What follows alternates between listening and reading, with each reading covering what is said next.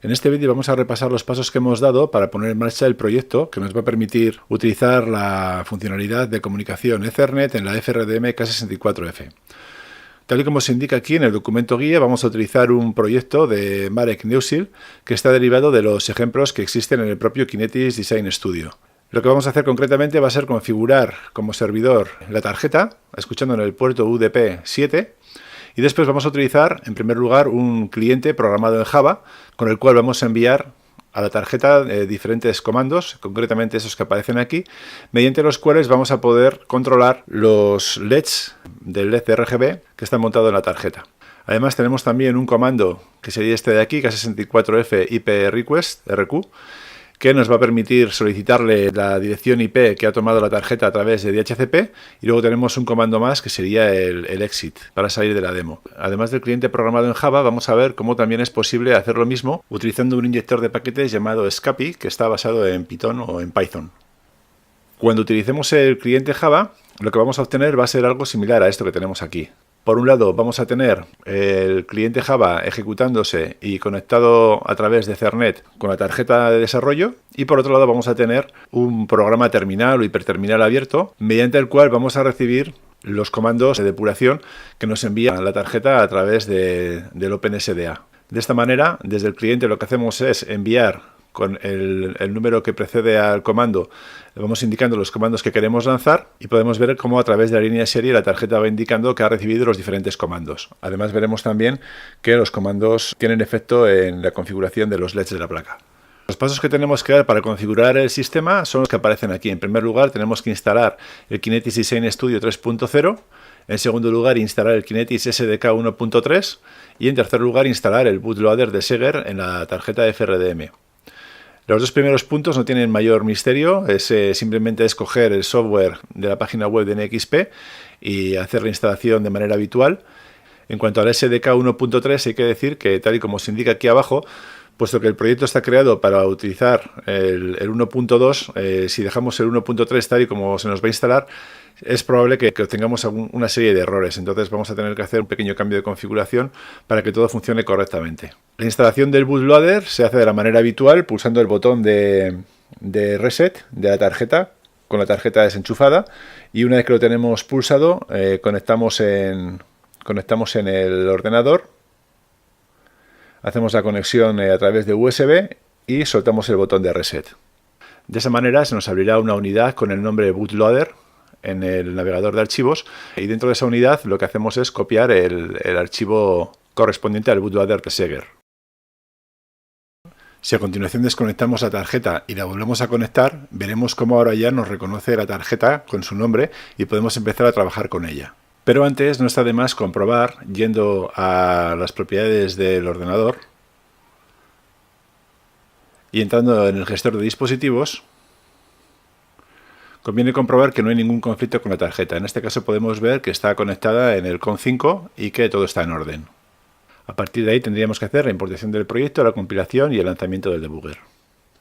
Tenemos aquí el Kinetis Design Studio abierto. Ya vemos que en cuanto a aspecto es muy similar al CodeWarrior. Y luego podemos ver dónde está instalado el SDK. Lo tendríamos en el disco local y tendríamos dentro de la carpeta FreeScale.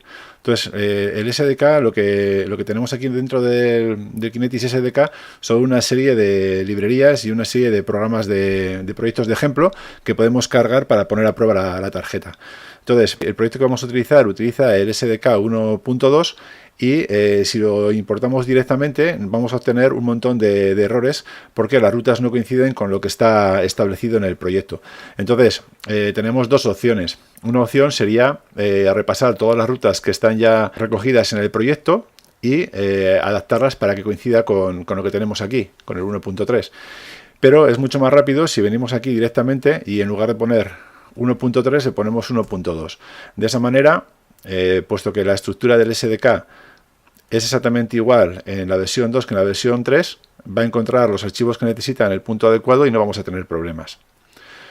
Decir que aquí podríamos encontrar, por ejemplo, los ejemplos para la FRDM K64F que estamos utilizando, y aquí tendríamos aplicaciones de demostración, entre las cuales tenemos algunas que hacen referencia al LWIP que estamos utilizando ahora. Entonces tendremos, por ejemplo, opciones de...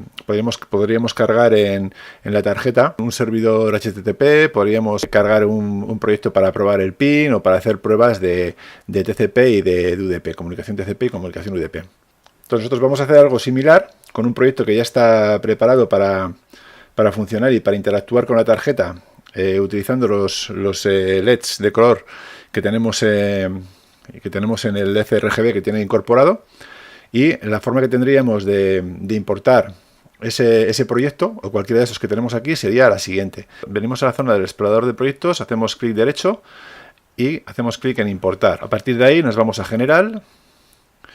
Vamos a buscar un proyecto que esté dentro del espacio de trabajo y le vamos a indicar cuál es el directorio RAID de ese proyecto que queremos importar. Entonces yo, por defecto, el directorio de trabajo sería este que tenemos aquí, el workspace.kds, y dentro de esta carpeta he copiado ya la carpeta del proyecto que quiero importar. Entonces no tenemos más que abrirla, sería esta que tengo aquí, udpk64f app. Le digo que OK y automáticamente me encuentra un proyecto disponible, me lo marca y ya con esto directamente tengo el proyecto preparado para ser probado. Entonces aquí tengo la estructura habitual y en sources tengo aquí el main.c que lo puedo abrir y puedo lanzar el build para ver si todo va bien. Se monta el proyecto sin problemas y a continuación lo que tendría que hacer sería la opción de debug, el debugger. Indicamos que nos queremos comunicar desde la opción Seger. OK. Tenemos aquí que aceptar los términos de uso de la licencia del JLink. Y por último nos pide permiso para cambiar de perspectiva. Le decimos que sí. El cambio de perspectiva simplemente implica que nos va a abrir la ventana de debug cuando termine el proceso de carga. Entonces, a partir de aquí podríamos poner ya en marcha, por ejemplo, la aplicación terminal. Escaneamos, estamos conectados en el 5, nos tenemos que conectar con 115.200, 8N1 y bueno, en principio le tengo puesto aquí RTS-CTS, en control de flujo. Entonces lo que hacemos ahora es poner en marcha el cliente de Java. Para ello,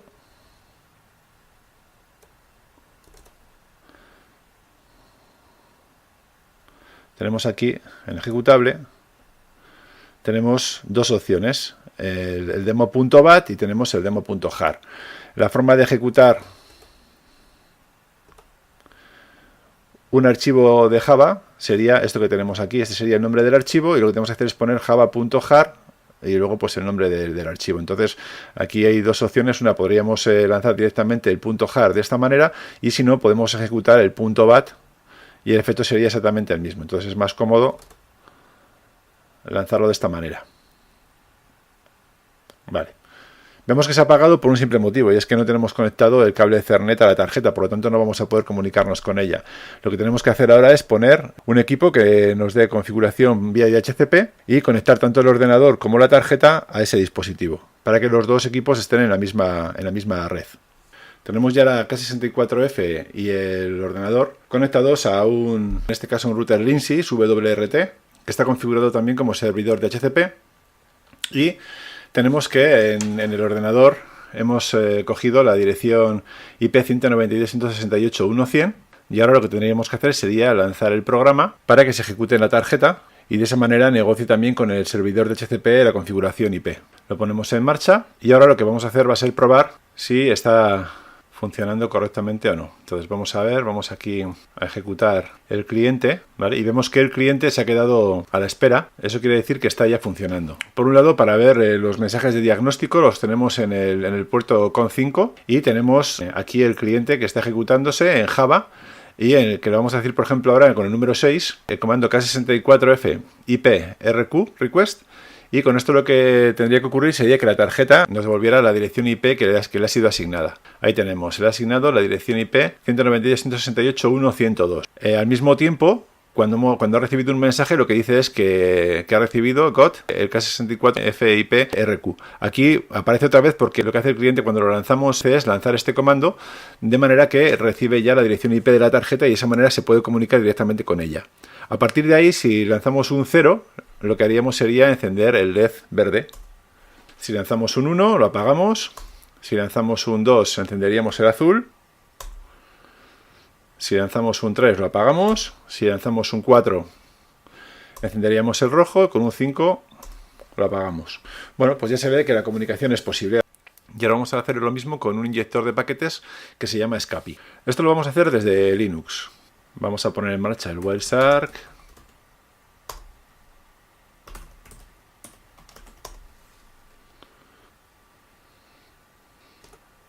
Y vamos a poner en marcha, lo vamos a poner en marcha aquí escuchando. Vamos a ver que no hay demasiado tráfico. Vamos a poner en marcha también el Scapy. Bueno, esto lo ponemos luego en marcha. Vamos a poner en marcha el Scapy ahora. Scapy lo que me da es un prompt, exactamente igual que ocurre cuando lanzamos Python. Lo que tiene es una serie de paquetes ya preconfigurados. Yo puedo ver si hago ls, por ejemplo, IP. Pues veo cuáles son los campos que hay en un paquete IP, serían todos estos que tengo aquí, y por defecto Scapy da una serie de valores que son los que aparecen aquí entre paréntesis, que me van a permitir montar un paquete IP y ponerlo en circulación. Lo mismo podría hacer con UDP, ahí tengo los campos que habría. Por defecto vemos, por ejemplo, que el puerto de origen y el puerto de destino es de 53, y nosotros lo que tenemos que ir haciendo es cambiando una serie de parámetros para montar el paquete que nos interesa. Aquí, por ejemplo, se indica que la dirección de destino es la 127.0.0.1, la de loopback, y la dirección de fuente pone ninguna. Bueno, vamos a montar un paquete para la capa IP, que es igual a, va a ser un paquete IP, que va a tener la dirección de destino, DST, igual a la 192.168.1.255. ¿Esto por qué? Bueno, porque nosotros teóricamente no sabemos cuál va a ser la dirección en la que tenemos la tarjeta conectada. Entonces lo que hacemos es mandar un paquete de broadcast. Lo que vamos a hacer va a ser enviar el comando K64FIPRQ. Lo vamos a enviar y vamos a recibir la respuesta, y esto lo vamos a observar en el Wireshark. Entonces aquí con esto hemos creado ya el paquete, la parte del paquete de la capa IP. Si hago aquí ahora ls capa IP, vemos que con respecto a lo que teníamos antes, vamos a tener ahora que la dirección de origen es la que yo tengo en este equipo, que sería la 101. Tengo aquí cuál es la dirección a la que voy a enviarlo, y los demás valores siguen como teníamos por defecto, que es la columna que tenemos aquí en la derecha del todo, ¿vale? Ahora tendríamos que hacer lo mismo, pero con la capa UDP. Y en la capa UDP lo único que tengo que indicar es que el paquete va a utilizar el dport, ¿vale? Lo tenemos aquí, el Destiny port, va a ser igual a 7 en este caso. Entonces, si ahora hacemos ls udp, tenemos estos valores que son los valores por defecto, y si hacemos ls capa udp, tenemos ya los valores que hemos indicado, ¿vale? El de destino va a ser el 7, que es lo que nos interesa, enviarle el dato al servidor de la tarjeta que va a estar escuchando en el puerto 7, y listo. A continuación tendríamos que indicar cuál va a ser el payload, la carga que va a llevar el paquete, que en este caso es el nombre del comando K64F IPRQ. Y por último lo que hacemos es montar un paquete en el que tenemos la capa IP junto con la capa UDP junto con el payload. Entonces, si hacemos ese paquete, tenemos todos los cambios ya montados, o sea, tenemos ya todos los parámetros ya montados en un paquete que lo vamos a poner en circulación simplemente con send paquete. Entonces esto lo vamos a capturar. Vamos a poner aquí, vamos a dejar esto aquí encima, siempre encima. Aquí vamos a empezar una nueva captura. Vamos a empezar aquí una nueva captura. continuar sin salvar, enviamos el paquete. ¿Vale? Entonces ahora podemos detener la captura y aquí podemos analizar qué es lo que ha ocurrido. Entonces tenemos un envío, aquí tenemos un envío de broadcast en el que tenemos que la dirección de origen es la 101, la dirección de destino es la 255 y aquí tenemos una respuesta, ¿veis? Tenemos aquí los bits de capa 1, que es todo lo que hemos capturado. Luego tenemos aquí la parte de Ethernet en la que tendríamos la dirección de origen y la dirección de destino. La dirección de origen sería la del equipo que pone en circulación el paquete y la dirección de destino es, en este caso, todo Fs porque es un paquete de broadcast. Luego tenemos la información del Internet Protocol, la versión 4, donde tenemos que el origen es mi dirección y el destino es la de broadcast. Y luego tenemos la parte de UDP, en la que tenemos que el puerto de destino es el 7. Y dentro de ECO, los datos que se transmiten son estos de aquí, que sería el equivalente al K64 FIPRQ, ¿vale? Entonces, a partir de ahí, lo que tenemos es una respuesta, que sería esta de aquí, que nos envía el 102. Tenemos las direcciones MAC correspondientes, tenemos que las direcciones IPs de destino y de origen, la que tenemos de destino es la mía, la que tenía de origen en el paquete anterior, y la de destino es la de la tarjeta realmente. Tenemos que el puerto de origen es el 7 y el de destino es el 53. Y tenemos que los datos enviados son los que tenemos aquí, donde se nos indica que la dirección IP es la 192.168.1.102. A partir de aquí lo que puedo hacer es cambiar la dirección IP que estaba utilizando y poner ya directamente la 102. Entonces vuelvo a montar el paquete otra vez. Si hago ls paquete, tengo que la dirección de destino va a ser la 102, la dirección de origen es la mía, y lo que voy a hacer ahora va a ser cambiar el payload, indicando que me encienda, por ejemplo, el LED verde. Entonces volvemos a montar el paquete, lo enviamos y ahí tenemos la respuesta. Entonces, bueno, pues de esta manera se ve como con Scapy y sin necesidad de tener conocimientos de Java o de otros lenguajes de programación, bueno, de una manera sencilla y con un mínimo conocimiento de cómo funcionan las cosas en Python, pues podemos simular que tenemos un cliente y, bueno, pues es muy interesante poder comprobar cómo la información se intercambia entre los dos equipos. Entonces, a continuación podríamos hacer también pues, la jugada al contrario, decirle off.